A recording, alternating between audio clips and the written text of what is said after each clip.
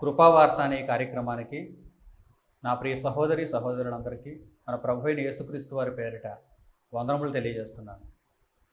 ప్రియులారా, తరానికి ఒక్కడు అనేటువంటి ఒక గొప్ప అంశము ద్వారా అనేకమైనటువంటి ఆత్మీయ సంగతులను మనం నేర్చుకుంటున్నాం. గత భాగంలో నోవహు గారిని గూర్చి మనం ఆలోచన చేసాం. ఎన్నో క్రొత్త సంగతులను, జ్ఞాన సంగతులను, మన బ్రతుకుకు అవసరమయ్యేటువంటి ఆత్మీయ సంగతులను మనం నేర్చుకున్నాం. ప్రియులారా, మరల ఈ భాగంలో మరొక ఉన్నతమైనటువంటి వ్యక్తిత్వాన్ని గురించి మనం నేర్చుకోబోతున్నాం. తండ్రి అయిన దేవుని కృపను బట్టి మీరంతా కూడా ఈ జ్ఞానవాక్కులను నేర్చుకొని మీ బ్రతుకులలో వాటిని పాటిస్తూ అనేకులకు ప్రకటిస్తూ దేవుని చిత్తమును నెరవేర్చాలని నేను కోరుకుంటున్నాను. ప్రతి తరంలో దేవుడు ఒక మనుష్యుడిని కనుగొంటున్నాడు. కొందరిని దేవుడు కనుగొంటున్నాడు. వారు ఆ తరము వారితో ఏకీభవించకుండా దేవుని కొరకు బ్రతుకుతున్నారు. దేవుని జ్ఞానము కొరకు ఆలోచన చేస్తున్నారు. దేవుని మార్గంలో ప్రయాణం చేస్తున్నారు. లోకమంతా ఒకవైపు వెళ్ళిపోతున్నా లోకమును చూచి వీరు ఆకర్షితులు కాకుండా దేవుని మాటకు విలువనిచ్చి దేవుని వాక్యమునకు కట్టుబడి దేవుని కొరకు బ్రతుకుతున్నారు. ఇలా తరాలలో దేవుని కొరకు బ్రతికినటువంటి విశేషమైన వ్యక్తులను, వారి వ్యక్తిత్వాలను గురించి మనం నేర్చుకుంటే మన తరంలో కూడా మనం అలాగే బ్రతకాలని మనకు అర్థమవుతుంది. లోకమంతా మనలను విభేదిస్తున్న, దేవుని వాక్యమునకు విరోధంగా పోతున్న మనము దేవుని మార్గంలో నడవటానికి ఈ వాక్య భాగాలు, ఈ పాఠ్యాంశాలు మనకెంతగానో తోడ్పడతాయి. కనుక మీరంతా కూడా ఈ భాగాలను కోల్పోకుండా ప్రతి భాగంలో నేర్పించబడుతున్నటువంటి దేవుని మహాజ్ఞానమును ఆద్యంతం నేర్చుకొని స్వీకరించి దాని ప్రకారం నడుచుకోవాలని మీకు తెలియజేస్తున్నాను. ఇక తరానికి ఒక్కడు అనే ఈ పాఠ్యాంశంలో ఈరోజు మనం నేర్చుకోబోతున్నటువంటి వ్యక్తిత్వం లోతు. లోతు అనేటువంటి వ్యక్తిని గురించి పరిశుద్ధ గ్రంథంలో వ్రాయబడినటువంటి చక్కని సందర్భాలను మనం చూస్తూ మనం ఆలోచన చేయాలి, నేర్చుకోవాలి. దేవుని యొక్క విశేషమైనటువంటి జ్ఞానమును పొంది మన బ్రతుకులను కూడా దేవుడు కోరుకున్నట్టుగా మనం మలచుకోవాలి. హెబ్రీ భాషలో నుండి తెలుగు భాషలోనికి బైబిల్ తర్జుమా చేసేటప్పుడు వ్యక్తుల యొక్క పేర్లను తెలుగు భాషలో చదువుకోవటానికి వీలుగా తర్జుమా చేశారు. హెబ్రీ భాషలో లోత్ అనేటువంటి పదాన్ని తెలుగు భాషలోకి వచ్చేసరికి లోతు అని వ్రాశారు. ప్రియులారా, కనుక ఈ విషయాన్ని ప్రాథమికంగా మీకు తెలియచేయాలని నేను భావించాను. కనుక మీరంతా కూడా లోతు అని నేర్చుకుంటున్నారంటే హెబ్రీ భాషలో లోత్ అని పిలిచేవారు. ఆంగ్లంలోనికి తర్జుమా చేసినప్పుడు ఇటువంటి ఇబ్బంది ఏమీ లేదు కనుక ఎల్ఓటి లోత్ అని వారు రాస్తున్నారు, పిలుస్తున్నారు, చదువుతున్నారు. ఇక తెలుగు భాషలోనికి వచ్చేసరికి లోతు అని వ్రాయబడింది. అబ్రహాం అనే పేరు అబ్రహాముగా మనం చదువుకుంటుంటాం. ఇకపోతే లోతు గారు అబ్రహాము గారి కాలంలో ఉన్నటువంటి ఒక గొప్ప వ్యక్తి. అబ్రహాము గారికి సమీపస్తుడు కూడా.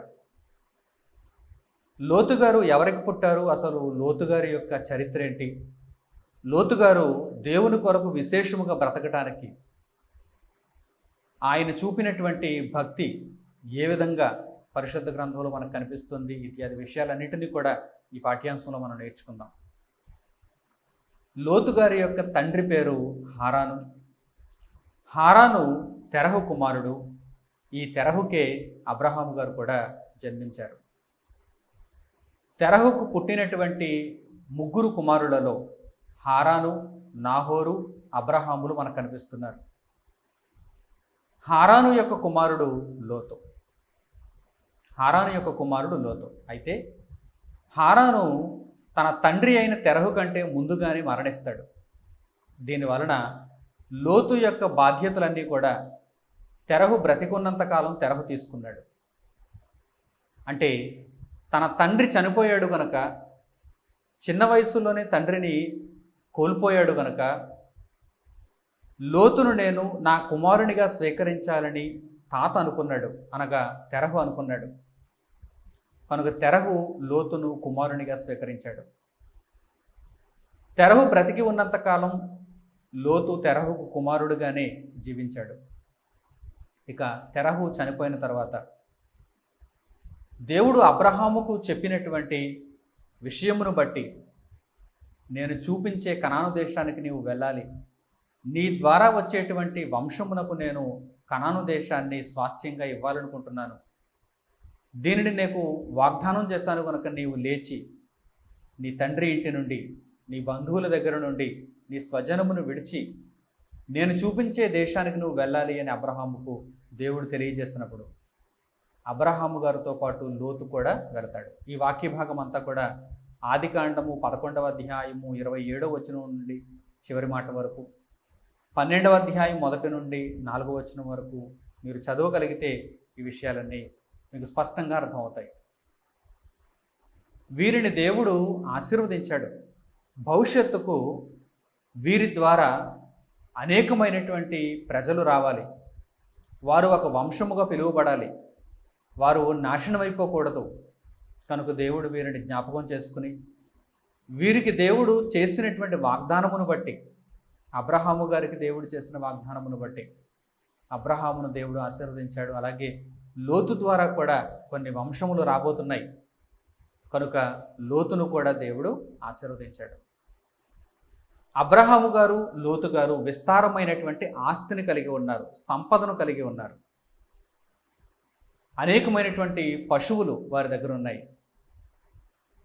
ఇటువంటి కారణము చేత ఒకానొక సందర్భంలో అబ్రహాము గారికి తన తమ్ముడైనటువంటి లోతు గారికి, నిజానికైతే తమ్ముడు కాదు, అన్న కొడుకు అనగా హారాను కొడుకు అయినప్పటికీ తెరహు లోతును కుమారుడిగా స్వీకరించడం వలన తమ్మునిగా అబ్రహాము కూడా లోతును స్వీకరించాడు.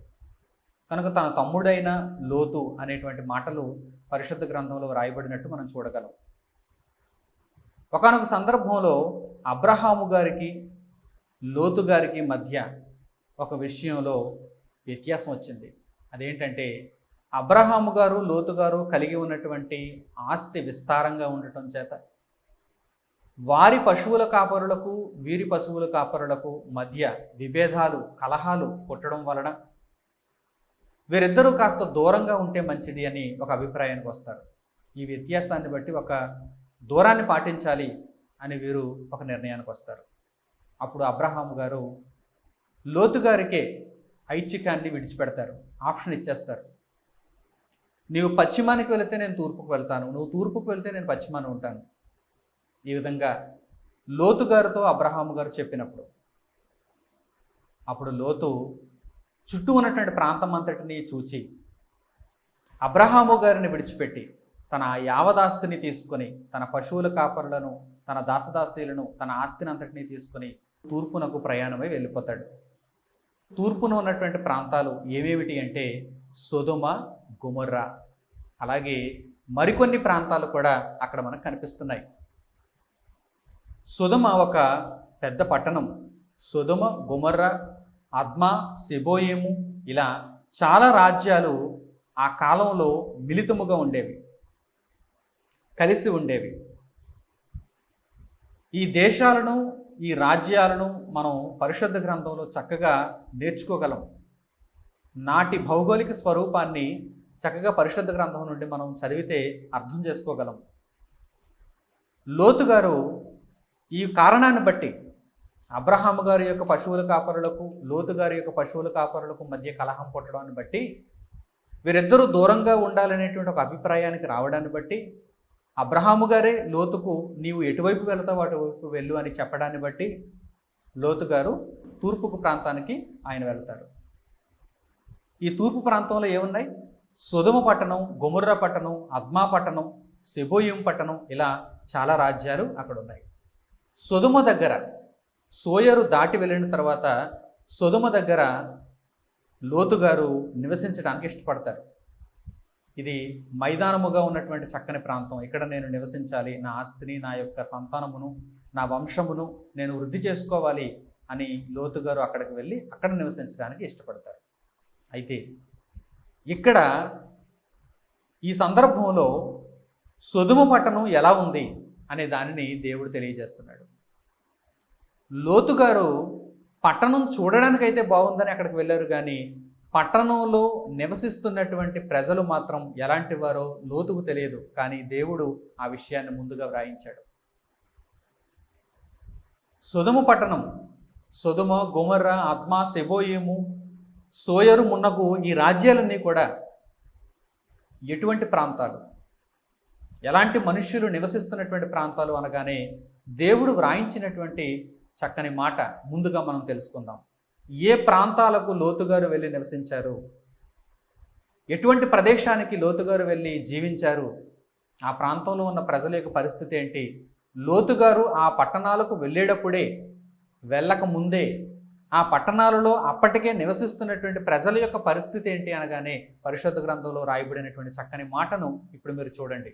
ఆదికాండము 13వ అధ్యాయము 13వ వచనం.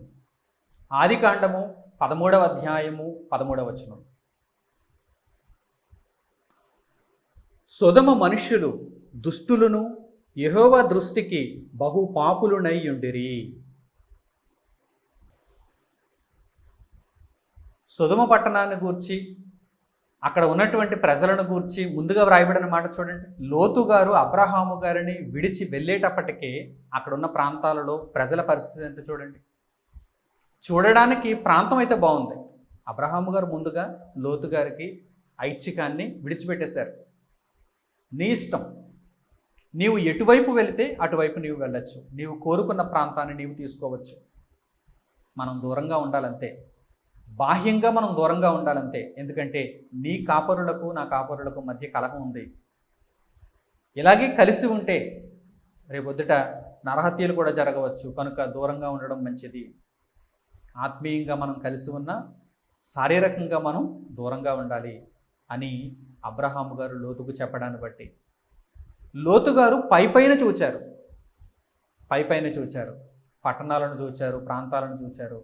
అవి చాలా చక్కగా ఉన్నాయి. కానీ లోనున్న మనుషులు ఎలా ఉన్నారు? భయంకరంగా ఉన్నారు.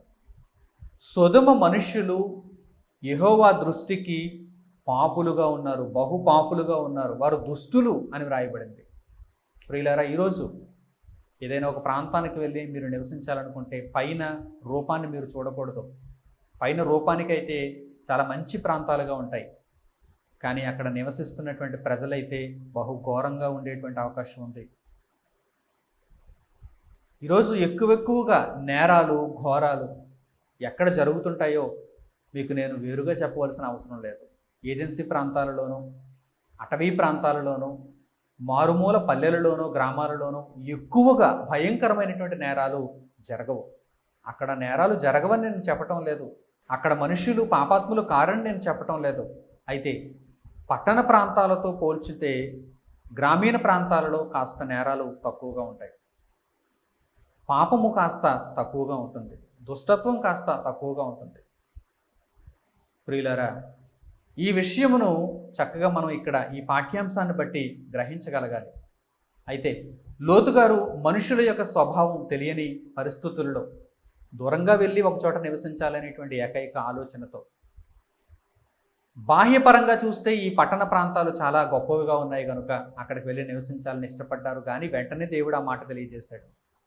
సొదొమ ప్రజలు దుష్టులు, యెహోవా దృష్టికి బహు పాపులనై ఉండిరి. అటువంటి ప్రాంతాలలోనికి లోతు వెళ్ళిపోయాడు. అబ్రహాము గారితో పాటు ఇప్పుడు లేడు, ఒక దైవజనునితో లేడు, ఒక నీతిమంతునితో లేడు, దేవుని చేత వాగ్దానమును పొందినటువంటి ఒక గొప్ప వ్యక్తితో లోతు గారు ఇప్పుడు లేరు. అంటే భయంకరమైనటువంటి పరిస్థితుల్లోనికి లోతు గారు వెళ్ళారు. చుట్టూ కారు చీకటి ఉన్నటువంటి ప్రాంతాలలోనికి లోతు గారు వెళ్ళారు. అయితే అక్కడ తన బ్రతుకును తాను ఏ విధంగా కాపాడుకుంటున్నాడు అనేది ఇక్కడ మనకు పాఠ్యాంశం. ఈరోజు లోకాన్ని మనం చూస్తున్నప్పుడు, ఈరోజు మన చుట్టూ ఉన్నటువంటి సమాజాన్ని మనం చూస్తున్నప్పుడు ఏ ప్రాంతం కూడా సొదొమ గొమొర్రా కంటే తీసిపోదు అన్నట్టుగా ప్రతి ప్రాంతంలోనూ పాపము, దుష్టత్వము హెచ్చు స్థాయిలోనే మనకు కనిపిస్తుంది.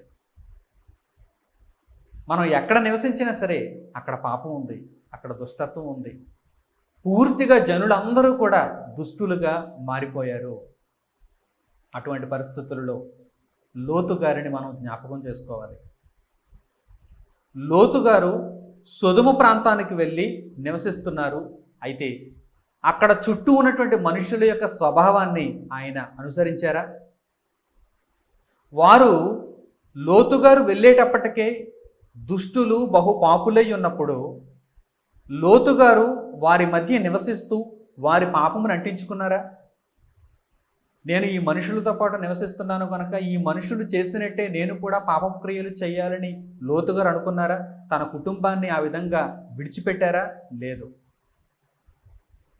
లోతు గారు అబ్రహాము నమ్మిన దేవుణ్ణి నేను నమ్మాలి, ఆయన సర్వలోక దేవుడు, ఆయన ప్రపంచానికి భవిష్యత్తులో తన కుమారుని పంపించి రక్షణ ప్రకటింపబోతున్నాడు కనుక ఆయన్ను కలిగి లేకపోతే నా బ్రతుకు వ్యర్థం అనుకొని సొదొమ లాంటి భయంకరమైన పట్టణంలో ఆయన నివసిస్తున్న ఆ పాపమును కానీ దుష్టత్వమును కానీ ఆయన అంటించుకోలేదు. ఈయన పాపాత్ముడిగా జీవించలేదు, పాపుల మధ్య జీవిస్తున్నాడు కానీ పాపాత్ముడిగా జీవించటం లేదు. లోతు నీతిని విడిచిపెట్టలేదు. ఇదే పాఠ్యాంశం దేవుడు మనకు నేర్పిస్తున్నాడు. ప్రియులారా, చక్కగా మీరు నేర్చుకోవాలి, అర్థం చేసుకోవాలి, దేవుని జ్ఞానమును పొందాలి. మన చుట్టూ ఎందరో మనలను ప్రేరేపించటానికి, మనలను ఆకర్షించటానికి పాపపు క్రియలలో ఉంటుంటారు. వారి ప్రవర్తన, వారి మాట, వారి క్రియ అంతా కూడా పాపములో మునిగి తేలినట్టుగా ఉంటుంది.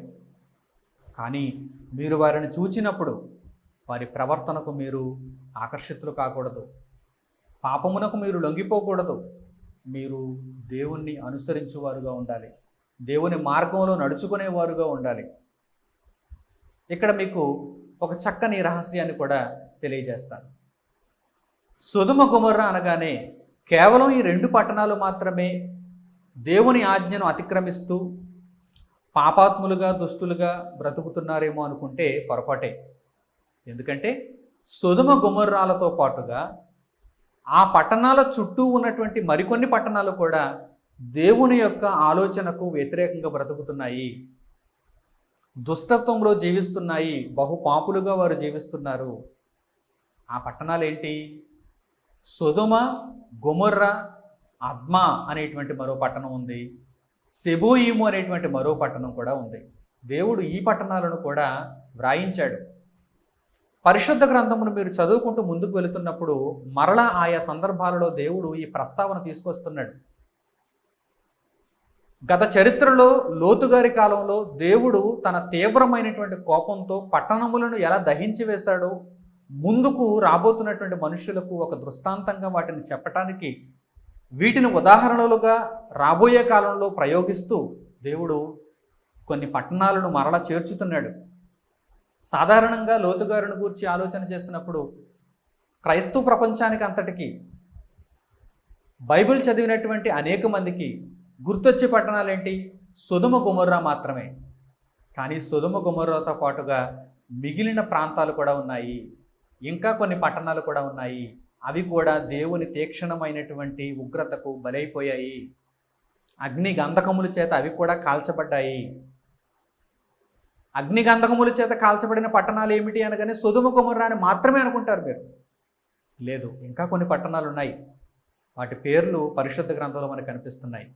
వీటి ఆధారాలను ముందుగా మీకు చూపించిన తర్వాత నేను లోతు గారి యొక్క వ్యక్తిత్వాన్ని మీకు వివరించడానికి ప్రయత్నం చేస్తాను. ప్రియులారా, చక్కగా మీరు వీటిని చూడండి.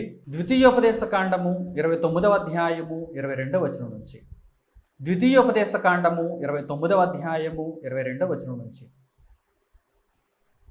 కాబట్టి మీ తరువాత పుట్టు మీ సంతతి వారును, దూరదేశము నుండి వచ్చు పరదేశులను, సమస్త జనములను, ఆ దేశము యొక్క తెగుళ్లను, యెహోవా దాని మీదకి రప్పించిన సంకటములను చూచి వారు యెహోవా తన కోపోద్రేకము చేత నశింపజేసిన సొదొమ, గొమొర్రా, అద్మా, సెబోయిముల వలె ఆ సమస్త దేశమును గంధకము చేతను ఉప్పు చేతను చెడిపోయి వెత్తబడకయు, దానిలో ఏదియు బుట్టకయు, దానిలో ఏ కూరయు మొలవకయు ఉండుట చూచి యెహోవా దేనిని బట్టి ఈ దేశమును ఇట్లు చేసెనో ఈ మహాకోపాగ్నికి హేతువేమో అని చెప్పుకొందురు.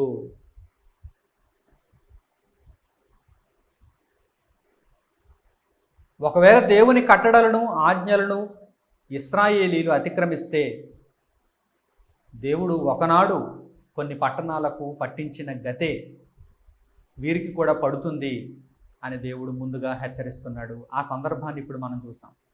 ఆ సందర్భంలో దేవుడు ముందుగా శిక్ష విధించినటువంటి పట్టణాల పేర్లను ప్రస్తావిస్తూ ఏమంటున్నాడు చూడండి. సొదొమ, గొమొర్రా, అద్మా, సెబోయిము.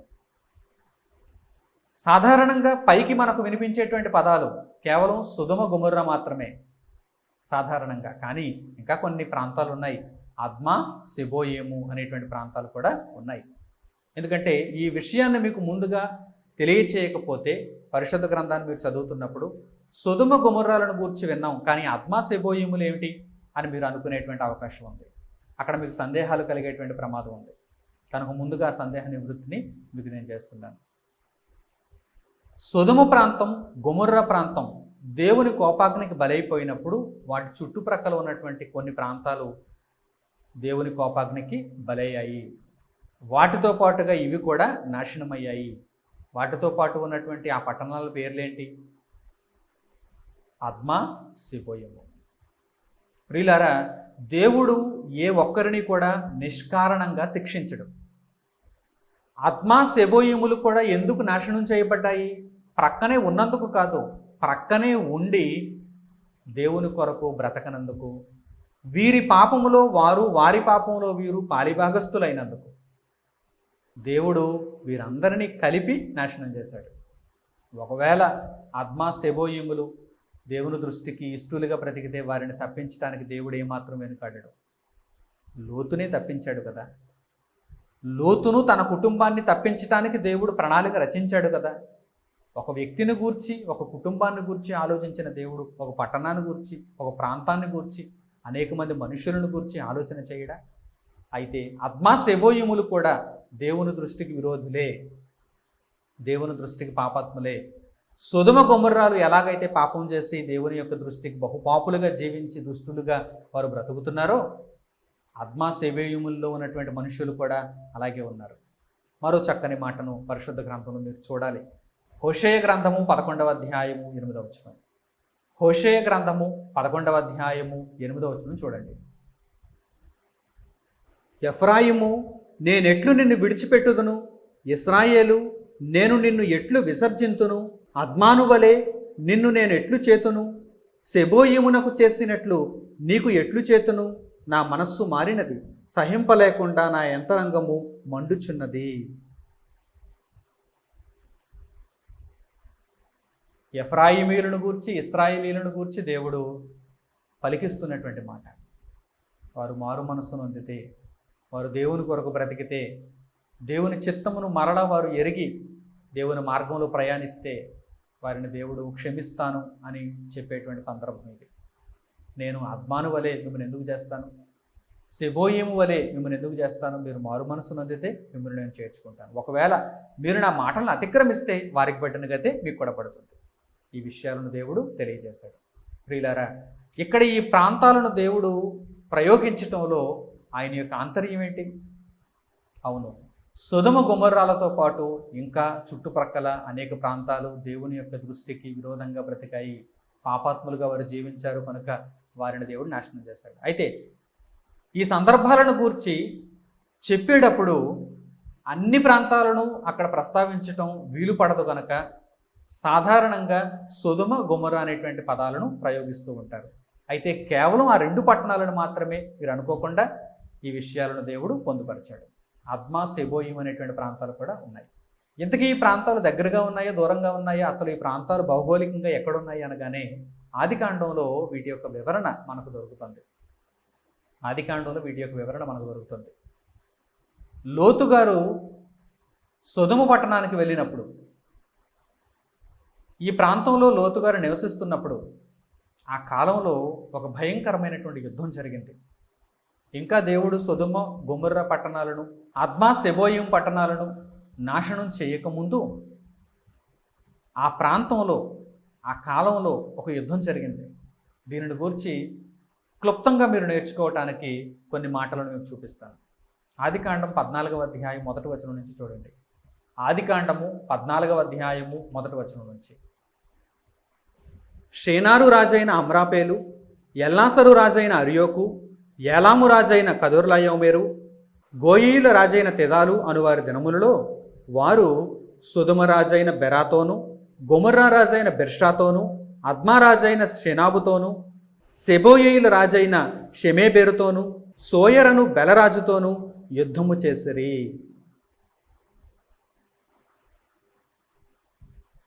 ఈ సందర్భంలో మనం ఈ మాటలను చదువుతున్నప్పుడు ఆ కాలంలో ఒక యుద్ధం జరిగింది అని మనకు అర్థమవుతుంది. ఈ యుద్ధంలోనే లోతుగారి యొక్క కుటుంబాన్ని, లోతుగారి యొక్క సంపద అంతటిని కూడా శత్రురాజులు తీసుకుని వెళ్ళిపోయినప్పుడు అబ్రహాము గారు వెళ్ళి వారందరినీ మరల తిరిగి కాపాడతారు.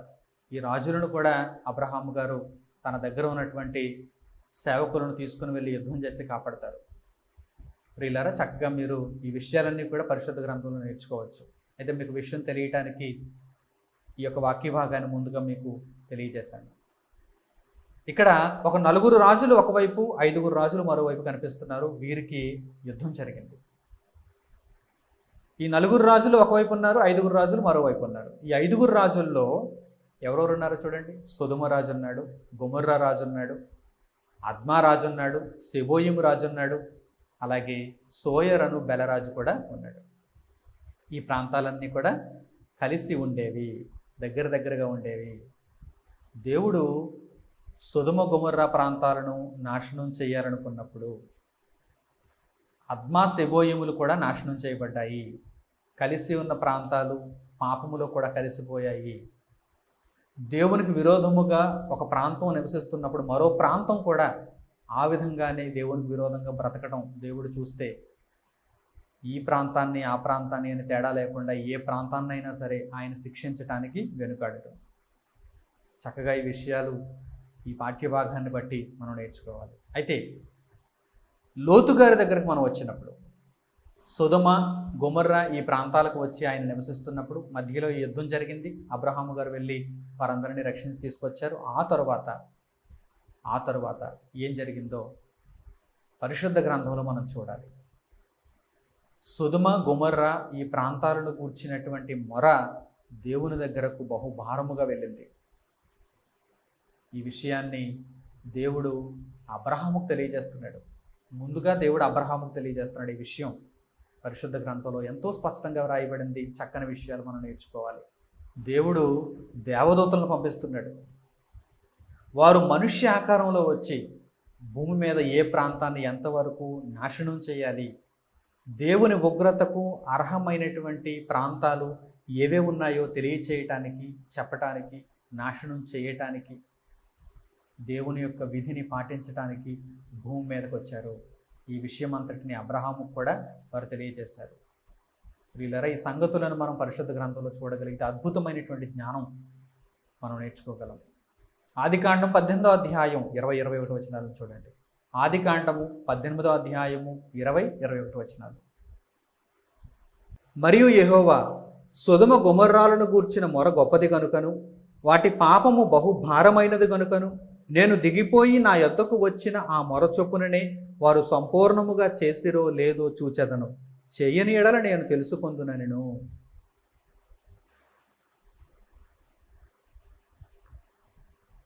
దేవుడు ప్రతి విషయంలో కూడా చాలా జాగ్రత్తగా ఉంటాడు.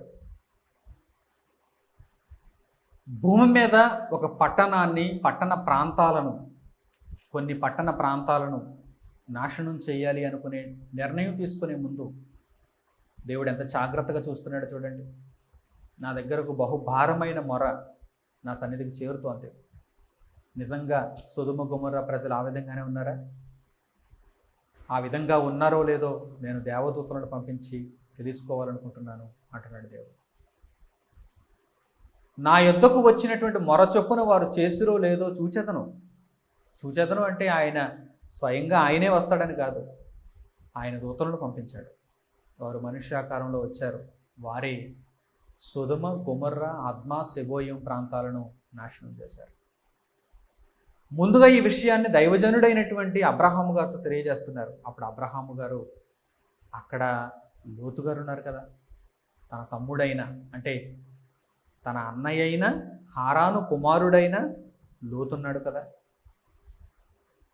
తన తమ్ముడైన లోతున్నాడు కదా.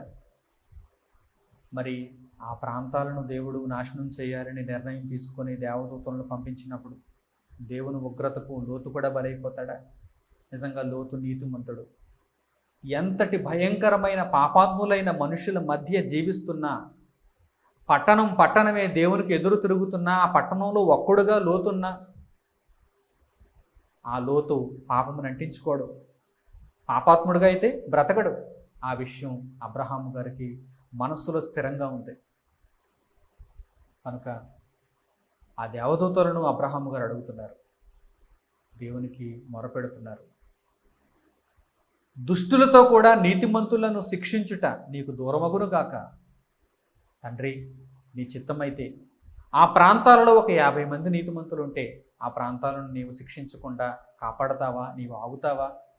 నీ ఉగ్రతను నీవు నిలుపుదల చేస్తావా? అంటే అవును, 50 మంది నీతిమంతులు ఉంటే ఒక పట్టణాన్ని నేను కాపాడతానంటున్నాడు.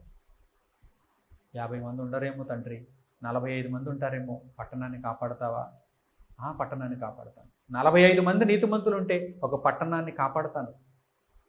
మిగిలిన వారందరూ కూడా వందలుగా, వేలుగా, లక్షలుగా, కోట్లుగా దేవునికి కానివారు ఉన్నా, దేవుని చిత్తమును అతిక్రమిస్తున్నా నేను ఓరిమి పడతాను, కాపాడతాను. ఈరోజు ఒకవేళ మనుషులు అనుకోవచ్చు, మేమంతా ఇంత దరిద్రులుగా ఉన్నాము, ఇంత పాపాత్ములుగా ఉన్నాం, దేవుని శిక్ష మా మీదకి రావటం లేదేంటని. ఒక నీతిమంతుడు మీ మధ్య ఉంటే ఆ నీతిమంతుడిని బట్టి మీరు కాపాడబడుతున్నారు. మీ మీదకి దేవుని శిక్ష ఇంకా రాకుండా ఆగుతోంది, కానీ ఎప్పటికైనా వస్తుంది. ఆ నీతిమంతుడిని దేవుడు తప్పిస్తాడు, మిమ్మల్ని దేవుడు వేసేస్తాడు. దేవుని నిర్ణయాలను అనాలోచితంగా తీసుకోకూడదు. నేను దుష్టునిగా బ్రతుకుతున్నాను, నా మీదకి ఇంకా శిక్ష రాలేదంటే అని ఒకడు అడుగుతాడు. ఎంత దరిద్రంగా వాడు ఆలోచిస్తున్నాడో చూడండి. నా మీదికి శిక్ష రావటం లేదేటని నీవు దేవుణ్ణి అడుగుతున్నావా? ఎవరైనా పోలీసుని నాకు ఇంకా లాఠీ దెబ్బ కొట్టలేదేంటి అని అడుగుతారా? ఎవరైనా జడ్జిని నాకు ఇంకా ఎక్కువ శిక్ష వేయలేదేంటి అని అడుగుతారా? వేసిన శిక్షతో సరిపెట్టుకుని బయటికి వెళ్తారు, కొట్టిన దెబ్బలతో సరిపెట్టుకొని ఇంటికి వెళ్తారు. కానీ దేవుడి దగ్గరకు వచ్చేసరికి మనిషి వింత ప్రవర్తన ఎలా ఉంటుందో చూడండి. నేను పాపాత్ముడినే, నేను బహుఘోర పాపినే, నేను ఇంకా శిక్ష పొందలేదేంటి అని దేవుణ్ణి తిరిగి ఎదురు ప్రశ్నిస్తున్నాడు. అంటే నీవు శిక్షించవా, నీవు అసమర్థుడువా అని దేవుణ్ణి తిరిగి ఎదురు ప్రశ్నిస్తున్నాడంటే వీడి యొక్క పిచ్చి ఏ స్థాయికి వెళ్ళిపోయిందో మీరు ఆలోచన చేయాలి. ఒక పోలీసు ముందు ఒక నేరస్తుడు ఇలా అడిగితే, ఒక దోషి ఇలా అడిగితే ఎలా ఉంటుంది చెప్పండి? వాడు పిచ్చోడు కింద లెక్క. నన్ను నీవు శిక్షించటం లేదేంటి అని పోలీసు వారిని అడుగుతున్నాడు అనుకోండి, పోలీసు వారు వీడిని చూసి జాలి పడతారు. ఉందరా నీకు శిక్ష ఉంది తొందరలోనే, తొందరపడకు. ప్రియులారా, మీరైతే అట్టివారుగా ఉండకూడదు. మనము పాపము చేసినా దేవుని శిక్ష మన మీదకు రాలేదు అంటే దేవుడు కృప కలిగి ఉన్నాడు, దేవుడు కరుణతో ఉన్నాడు. మన చుట్టూ ఎక్కడో మనలను గూర్చి ప్రార్థించే, మన కొరకు ఆలోచన చేసే నీతిమంతుడు ఉండడాన్ని బట్టి, నీతిమంతురాలు ఉండడాన్ని బట్టి, వారిని బట్టి నువ్వు రక్షింపబడుతున్నావు. వారిని బట్టి నీ మీదకి శిక్ష ఇంకా రాకుండా ఉంది. సొదొమ, గొమొర్రా, అద్మా, సెబోయిం ప్రాంతాలలో లోతు ఉండడాన్ని బట్టి దేవుడు ఇంకా ఆలోచించాడు. లేకపోతే ఎప్పుడే వారు శిక్షకు గురైపోతారు. అబ్రహాము గారు అడుగుతున్నారు, తండ్రి, ఒక నీతిమంతుడు నీ శిక్షకు పాత్రుడు కాడు కదా, నీ ఉగ్రతకు పాత్రుడు కాడు కదా, నీ కృపకే కానీ, నీ కరుణకే కానీ, నీ శిక్షకు, నీ ఉగ్రతకు అతడు పాత్రుడు కాడు కదా. నీతిమంతులను నీవు శిక్షించవు కదా. అయితే ఒక 40 మంది నీతిమంతులు ఉంటే ఆ పట్టణాలను కాపాడతావా? 40 మంది ఉంటే కాపాడతానంటున్నాడు మరలా దేవుడు. 50 మంది ఉంటే కాపాడతావా అని అడిగిన అబ్రహాము, 45 మంది ఉంటే కాపాడతావా అని అడిగిన అబ్రహాము, 40 మంది దగ్గరికి వచ్చేసాడు. ఆ తర్వాత 30 మంది ఉంటే కాపాడతావా? 20 మంది ఉంటే కాపాడతావా? ఇక చిట్ట చివరిగా నిన్ను ఒక్కసారి అడుగుతాను, 10 మంది ఉంటే కాపాడతావా అని అడుగుతున్నాడు. అంటే లోతు గారు ఉన్నారని అబ్రహాము గారికి తెలుసు, కానీ మిగిలిన వారిలో ఎందరున్నారని అబ్రహాము గారికి తెలియదు కదా. కనీసం లోతు గారితో పాటు ఒక 10 మంది ఉండకపోరా అనుకుంటున్నాడు అబ్రహాము గారు. నీతిమంతుడు అలాగే ఆలోచన చేస్తాడు. నేను ఒక్కడనే కాదు, నా వలే కొంతమంది అయినా నీతిమంతులు ఉంటే బాగుండు అని ఆలోచన చేస్తాడు, ఉండాలి అని కోరుకుంటాడు. ఒక 10 మంది నీతిమంతులు ఉంటే ఆ పట్టణాలను కాపాడతావంటే, దేవుడు 10 మంది నీతిమంతులుంటే ఆ పట్టణములను నాశనము చేయక మానేదను అంటున్నాడు. చాలించాడు, వెళ్ళిపోయాడు. ఇక నీవు అడగడానికి లేదు, నేను చెప్పడానికి కూడా లేదు. ఒక్కడే ఉంటాడంటావా?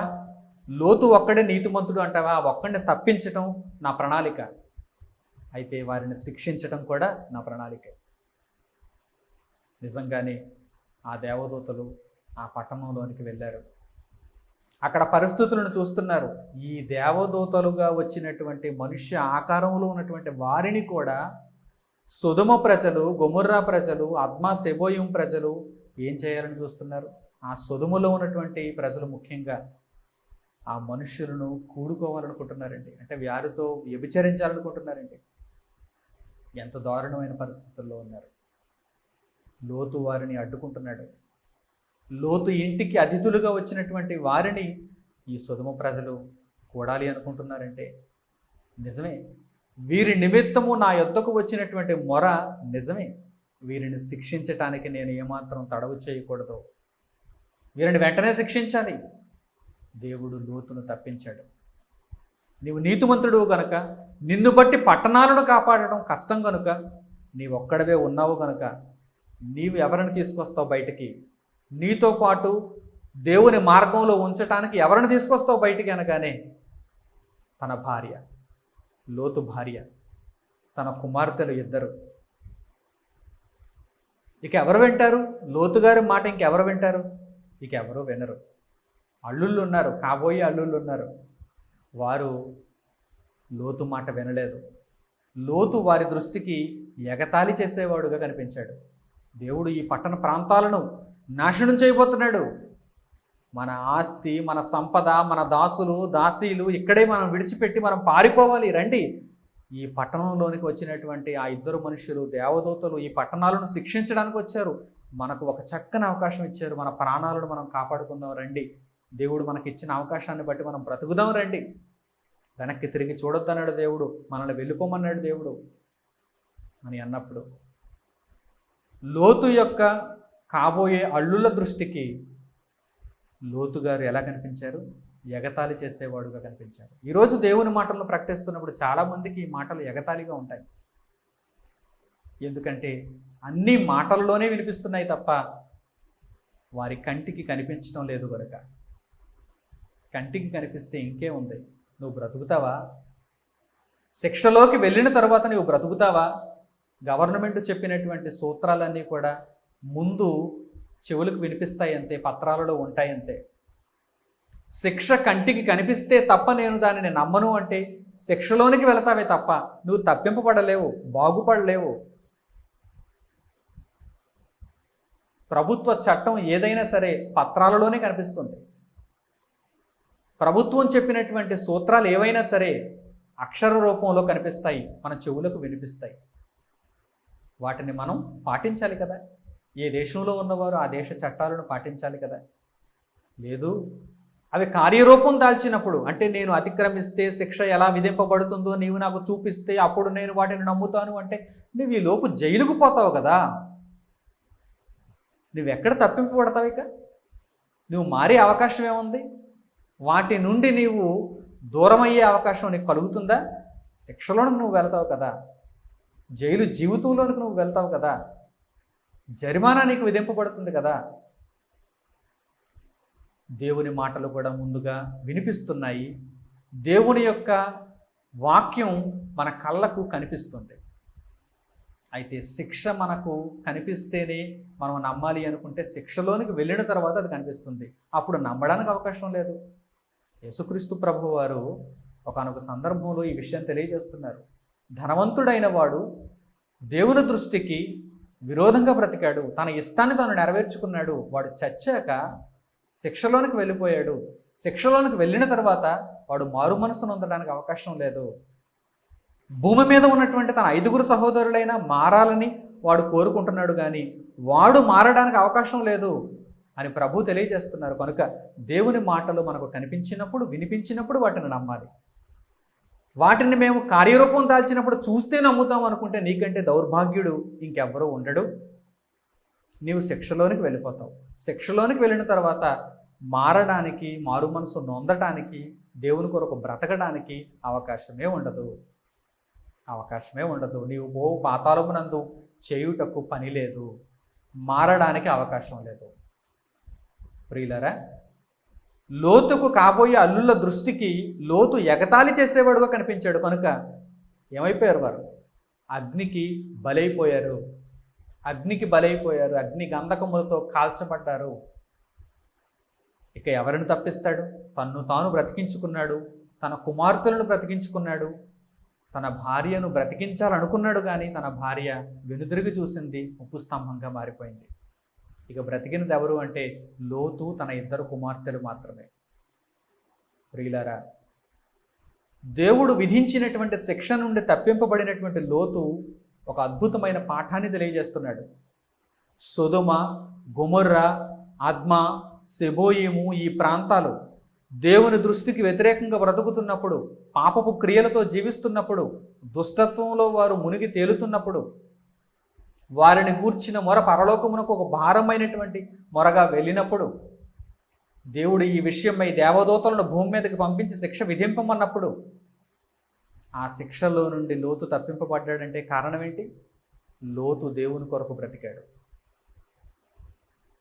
తన తరములో తన చుట్టూ ఉన్న పట్టణ ప్రజలందరికంటే లోతు నీతిమంతుడుగా జీవించాడు.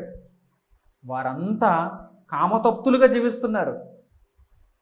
వారి పట్టణంలోనికి వచ్చినటువంటి 2 క్రొత్త మనుషులను చూడగానే వారు వారిని కూడాలనుకుంటున్నారంటే ఎంత దయనీయమైనటువంటి పరిస్థితి, ఎంత దారుణమైనటువంటి స్థితి. నిజమే, వీరిని గూర్చి వచ్చినటువంటి మొర నిజంగానే శిక్షార్హమైనది. ఈ పట్టణాలన్నీ కూడా అగ్ని గంధకముల చేత కాల్చబడాలి. సొదొమ, గొమొర్రా, ఆద్మా, సెబోయిము ఈ ప్రాంతాలన్నీ కూడా అగ్ని గంధకముల చేత కాల్చబడాలి. ఏమాత్రం మరో ఆలోచన లేకుండా, మరో మాట లేకుండా ఈ పట్టణాలన్నీ నాశనం చేయబడాల్సిందే అని దేవుడు ఒక ఖచ్చితమైన నిర్ణయానికి వచ్చేశాడు. ఎంత భయంకరంగా నాటి ప్రజలు జీవిస్తున్నారు చూడండి. అంత భయంకరమైన ప్రజల మధ్య జీవిస్తున్నటువంటి లోతు తన నీతిని విడిచిపెట్టాడా? తన భక్తి మార్గమును విడిచిపెట్టాడా? దేవుని కొరకు బ్రతికే విధానమును విడిచిపెట్టాడా? ప్రియులారా, మీరు కూడా ఆలోచన చేయండి. మనం కూడా అటువంటి ప్రాంతాలలోనే ఉన్నాం. మనం కూడా అటువంటి పరిస్థితుల్లోనే ఉన్నాం. యేసుక్రీస్తు ప్రభు వారు ఒక సందర్భంలో తెలియజేసిన మాట ఇప్పుడు మనం జ్ఞాపకం చేసుకుందాం. లోకాసు వార్త 17వ అధ్యాయము 28, 29 వచనాలను చూడండి. లోకాసు వార్త 17వ అధ్యాయము 28, 29 వచనాలు. లోతు దినములలో జరిగినట్టును జరుగును. జనులు తినుచు, త్రాగుచు, కొనుచు, అమ్ముచు, నారు నాటుచు, ఇండ్లు కట్టుచు నుండిరి. అయితే లోతు సొదొమ విడిచిపోయిన దినమున ఆకాశము నుండి అగ్ని గంధకములు కురిసి వారినందరినీ నాశనము చేశాను. ఆ ప్రకారమే మనుష్య కుమారుడు ప్రత్యక్షమగు దినమున జరుగును. మనుష్య కుమారుని రాకడకు ముందు ఎలా ఉంటుందో చూడండి. ఒకనాడు లోతు దినములలో జరిగినట్టే జరుగుతుంది. లోతు తప్పింపబడ్డాడు. పట్టణాలన్నీ అగ్ని గంధకములకు ఆహుతైపోయాయి, నాశనమైపోయాయి, శిక్ష విధింపబడినది. ఏ ఒక్కరూ తప్పింపబడలేదు. ఆ ప్రకారముగానే మనుష్య కుమారుని రాకడ దినములలో కూడా జరుగును. ఆయన వచ్చినప్పుడు కూడా ఈ విధంగానే పరిస్థితి ఉంటుంది. అంత్యకాలంలో, చివరి కాలంలో ఉన్నటువంటి మనం, చివరి గడియలలో ఉన్నటువంటి మనం, లోతు గారు సొదొమ, గొమొర్రా, ఆద్మా, సెబోయిము వంటి ప్రాంతాలలో నివసిస్తున్న ఆ ప్రజల యొక్క చెడుతనమును ఏమాత్రం స్వీకరించకుండా, వాటికి ఆకర్షితులు కాకుండా దేవుని కొరకు బ్రతికారు, దేవుని చిత్తాన్ని నెరవేర్చారు. కనుక దేవుడు లోతును తప్పించడానికి ప్రణాళికను రచించాడు. ఈ మాటలను పేతురు గారు జ్ఞాపకం చేస్తున్నారు. మనము కూడా ఈ పాపపు ప్రపంచంలో నీతిగా జీవించాలని, ఏమాత్రం మలినమును అంటించుకోకుండా బ్రతకాలని, దేవుని కొరకు నిర్దిష్టమైనటువంటి బ్రతుకును కలిగి ఉండాలని పేతురు గారు తన పత్రికలో పరిశుద్ధాత్మ ప్రేరణ ద్వారా తెలియజేస్తున్నారు. ఆ అద్భుతమైన మాటలను ఇప్పుడు మీరు చూడండి. పేతురు రాసిన 2వ పత్రిక 2వ అధ్యాయము 6 నుండి 8 వచనాలు. పేతురు గారు రాసినటువంటి 2వ పత్రిక 2వ అధ్యాయము 6వ వచనం నుండి జాగ్రత్తగా చూడండి. మరియు ఆయన సొదొమ గొమొర్రాలను పట్టణములను భస్మము చేసి ముందుకు భక్తిహీనులకు వారికి వాటిని దృష్టాంతముగా ఉంచుటకై వాటికి నాశనము విధించి దుర్మార్గుల కామ వికారయుక్తమైన నడవడి చేత బహు బాధపడిన నీతిమంతుడగు లోతును తప్పించెను. ఆ నీతిమంతుడు వారి మధ్యను కాపురముండి తాను చూచిన వాటిని బట్టియు వినిన వాటిని బట్టియు వారి అక్రమమైన క్రియల విషయములో దినదినము నీతిగల తన మనస్సును నొప్పించుకొనుచు వచ్చెను. ప్రియులైనటువంటి నా సహోదరి సహోదరులారా, పేతురు గారు పరిశుద్ధాత్మ ప్రేరణతో క్రొత్త నిబంధనలో పొందుపరిచినటువంటి ఈ మాటలలో ఎంత అద్భుతమైనటువంటి ఆత్మీయ సత్యం దాగి ఉందో ఆలోచన చేయండి. నాటి కాలమందు లోతు దేవుని యొక్క కృపను బట్టి ఆయన ఉగ్రత నుండి తప్పింపబడ్డాడు. ఎందుకో తెలుసా? సొదొమ గొమొర్ర, అద్మా, సెబోయిము ఈ ప్రాంతాలన్నీ బహు భయంకరమైనటువంటి పాపపు ప్రవృత్తి కలిగిన ప్రాంతాలు. వారు బహుపాపులు, దుష్టులు. అట్టి వారి మధ్య జీవిస్తున్నటువంటి లోతు ఒకనాడు అబ్రహాముతో జీవించాడు. చాలా గొప్ప జీవితం, ఆనందకరమైనటువంటి జీవితం. కానీ అబ్రహాము పశువుల కాపరులకు, లోతు పశువుల కాపరులకు మధ్య కలహం పుట్టడాన్ని బట్టి, వీరిద్దరూ దూరంగా ఉండవలసినటువంటి పరిస్థితి ఏర్పడటాన్ని బట్టి, పైకి అందంగా ఉన్నటువంటి ఆ ప్రాంతాలను చూచి లోతు వెళ్ళినప్పుడు ఆ ప్రాంతాలు లోపలైతే చాలా దరిద్రంగా ఉన్నాయి, భయంకరంగా ఉన్నాయి. వెలుగులతో విరజిమ్ముతున్న ఆ ప్రాంతాలన్నీ చీకటిలో మగ్గుతున్నాయి, చీకటిలో మగ్గుతున్నాయి. ప్రియులారా, ఆ ప్రాంతాలకు వెళ్ళిన తర్వాత లోతు ఎలా జీవిస్తున్నాడో చూడండి. ఆ 2 మాటలలో ఎంత అద్భుతమైన వివరణ ఉందో చూడండి. దుర్మార్గుల కామ వికారయుక్తమైన నడవడి చేత, వారి ప్రవర్తన చేత దినదినము లోతు నొప్పింపబడ్డాడు. తన మనస్సులో నొచ్చుకున్నాడు. ఏంటి ఇలా ప్రవర్తిస్తున్నారు వీరు? దేవునికి అవిధేయులుగా, దేవుని చిత్తమును అతిక్రమిస్తూ, దేవుని మీద కనీసపు భక్తి లేకుండా, అవగాహన లేకుండా దుర్మార్గులుగా జీవిస్తున్నారు, కామతప్తులుగా జీవిస్తున్నారు. వారిని చూస్తున్నప్పుడు, వారి ప్రవర్తనను చూస్తున్నప్పుడు లోతు ఎంతగా నొప్పింపబడ్డాడో చూడండి. ఈరోజు మనం కూడా అలాగే నొప్పింపబడుతూ జీవించాలి. మన చుట్టూ ఎందరో దుర్మార్గులు కామ వికారయుక్తమైన ప్రవర్తన చేత మన చుట్టూ వారు బ్రతుకుతూ మనలను నొప్పిస్తున్నారు. మనం నొప్పింపబడుతున్నాం. మీరు నొప్పింపబడుతున్నారా లేక వారితో ఏకీభవిస్తున్నారా? మీరు వారిని చూచి బాధపడుతున్నారా లేక వారితో పాటు మీరు కూడా ఆనందిస్తున్నారా? జాగ్రత్త. ఆనందిస్తే మీరు కూడా వారితో పాటు శిక్షలోనికి వెళతారు. ప్రత్యేకింపబడితే, వారిని చూచి నొప్పింపబడి వారికి వాక్యమును నేర్పించి బ్రతికించాలనే ఆలోచనతో మీరు బ్రతుకుచూ ఉంటే, దేవుని చిత్తమును నెరవేర్చుచూ ఉంటే మీరు తప్పింపబడతారు. వ్రాయబడిన మాటను మీరు చూడండి. ఆ నీతిమంతుడు వారి మధ్య కాపురం ఉండి తాను చూచిన దానిని బట్టి, తాను వినిన దానిని బట్టి ప్రతి దినము తన మనస్సును నొప్పించుకొనుచూ వచ్చాను. తాను ఏది చూచినా, తాను ఏది విన్నా అంత అసభ్యకరమైనటువంటి వార్త, అసభ్యకరమైనటువంటి జీవితాలు. ఈరోజు మన చుట్టూ చూడండి. పనికిరాని జీవితాలు, దేవునికి ఏమాత్రం పనికిరాని జీవితాలు, దేవుని న్యాయమును అతిక్రమిస్తున్నటువంటి జీవితాలు, దేవుని కొరకు ఏమాత్రం ఆలోచన లేని జీవితాలు. ఏది విన్నా, ఏది చూచినా అనుదినం నొప్పింపబడుతున్నాం, అనుక్షణం నొప్పింపబడుతున్నాం. యేసుక్రీస్తు ప్రభు యొక్క రాకడ కొరకు ఎదురు చూస్తున్నాం. లోతు వలె మనలను కూడా దేవుడు తప్పించి ఈ భయంకరమైన వేదన నుండి విముక్తిని అనుగ్రహిస్తాడని ప్రభు అయిన యేసు త్వరగా రమ్ము అని ప్రార్థనలో వేడుకుంటున్నాం. ప్రియులారా, ఇట్టి భక్తి జీవితం ఎవరిలో అయితే ఉంటుందో వారే రక్షింపబడతారు, వారే తరానికి ఒకరుగా మిగులుతారు, వారే తరానికి ఒకరుగా మిగులుతారు. ఈ పాఠాలన్నీ దేవుడు ఊసిపోక రాయించాడు అనుకుంటున్నారా?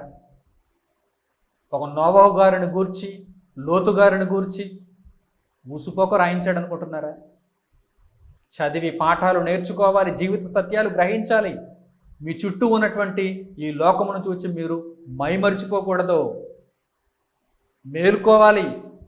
మీరు ఎలాంటి ప్రవర్తన కలిగి ఉండాలో ఒక్కసారి వాక్యం అనే అర్థంలో మీ బ్రతుకును చూసుకోవాలి. మిమ్మల్ని మీరు దేవునికి అనుకూలంగా మార్చుకోవాలి.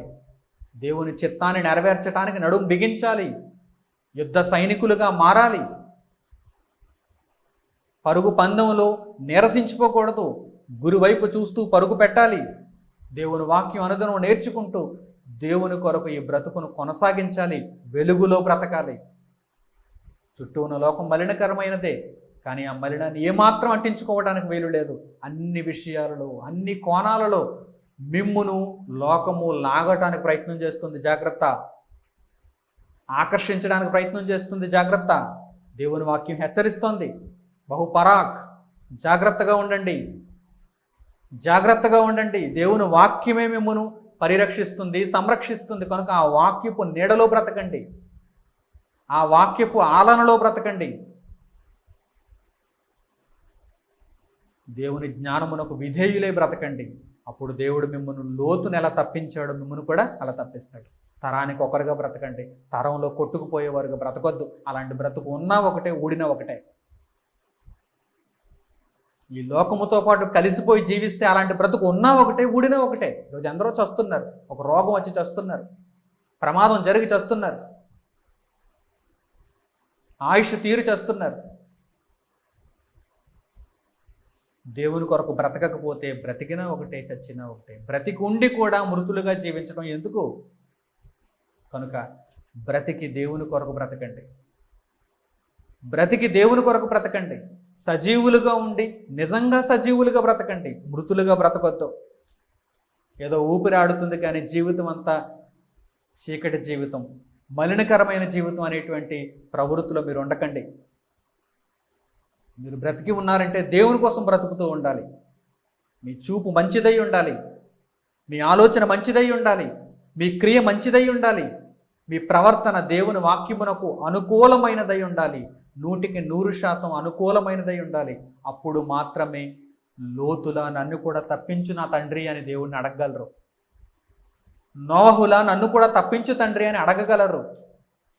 ప్రియులారా, మీరు స్త్రీలైనా, పురుషులైనా, నపుంసకులైనా, అంగహీనులైనా ఎవరైనా సరే క్రీస్తు రాజ్యంలోనికి అడుగుపెట్టి యేసుక్రీస్తు ప్రభువు నామమున బాప్తిస్మం తీసుకొని పాపపు పాత జీవితాన్ని విడిచిపెట్టి నూతనముగా జన్మించిన వారై క్రీస్తు కొరకు, దేవుని కొరకు మీరు బ్రతకండి.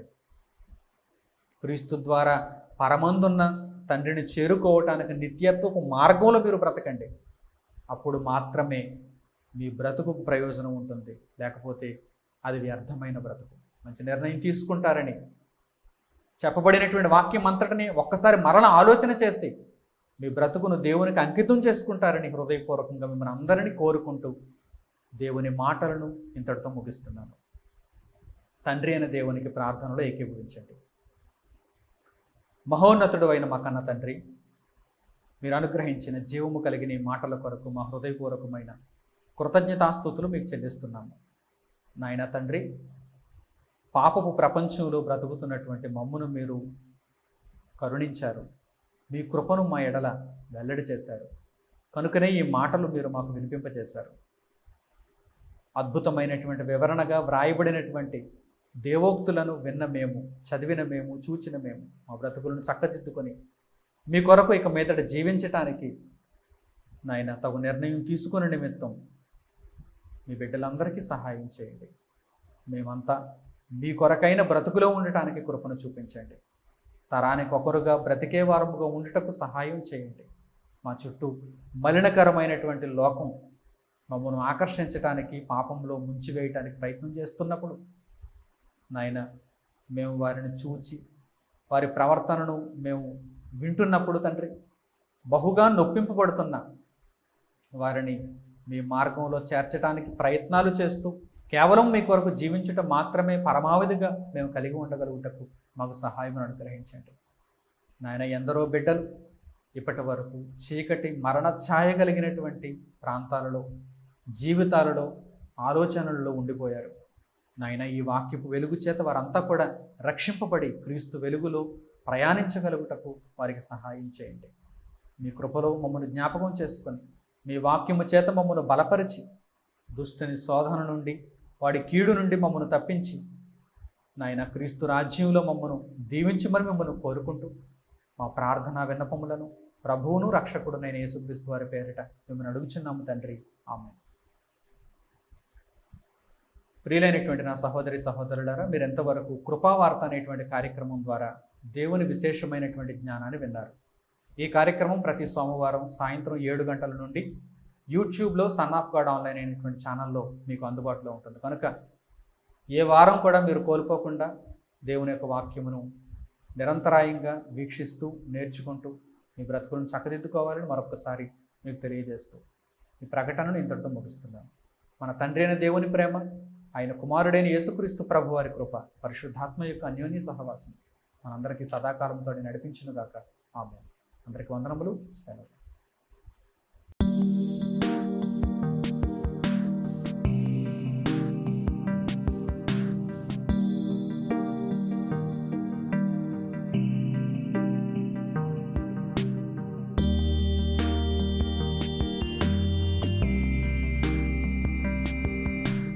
సహోదరులు మణికుమార్ గారు ప్రసంగించిన ఎన్నో ఆత్మ సంబంధమైన సంగతులను ఉచితముగా వీక్షించుటకు స్క్రిప్చర్స్ యూనివర్సిటీ మరియు సన్ ఆఫ్ గాడ్ ఆన్లైన్ అనే మా యూట్యూబ్ ఛానల్స్ను తప్పక దర్శించండి. మా సమాచారమును ఎప్పటికప్పుడు తెలుసుకొని ఆత్మీయాభివృద్ధి నొందవలనంటే స్క్రిప్చర్స్ యూనివర్సిటీ మరియు సన్ ఆఫ్ గాడ్ ఆన్లైన్ అనే మా యూట్యూబ్ ఛానల్స్ను సబ్స్క్రైబ్ చేసుకోండి. సత్వర నోటిఫికేషన్ల కొరకు సబ్స్క్రైబ్ బటన్ ప్రక్కనే ఉన్న బెల్ సింబల్ను క్లిక్ చేయండి. ధన్యవాదములు.